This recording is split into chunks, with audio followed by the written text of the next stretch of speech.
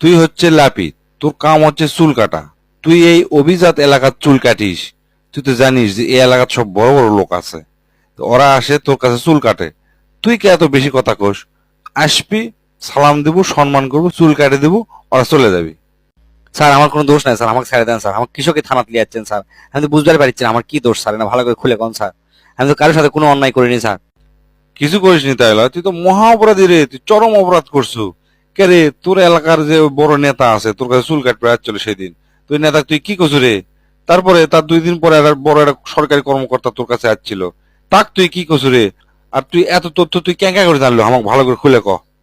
ও রে আল্লাহ, সেই কথা তেমন তো কিছু নয় স্যার। ওই যে অমুক নেতা আসছিল আমার ছেলের মতো আসে, চুল কাটার সময় আমি খালি কছি যে স্যার আপনি বলে ঘুষের টাকায় চলেন, লোকজন তো আপনি মহা খেপা, আপনি সাবধান হয়ে যান, কোনো ভালো হয়ে যান।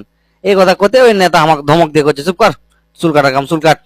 2 দিন পর এক সরকারি কর্মকর্তা আসছিল, তাও আমি এই কথা কছি, স্যার আপনি বলে বিশাল দুর্নীতিবাজ, লোকজন তো আপনি মহা খেপা, আপনি সাবধান হয়ে যান, কোনো ভালো হয়ে যান।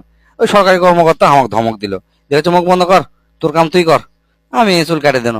এক না কছি তাতে আপনারা একটা আমার দোকান ঘেরাও করে পুলিশ দিয়ে ধরে নিয়ে আসবেন, এটা কথা হলো স্যার? অবশ্যই সাংঘাতিক ব্যাপার। তুই এত বড় বড় নেতা করো এল্লা কবু কৃষক রে?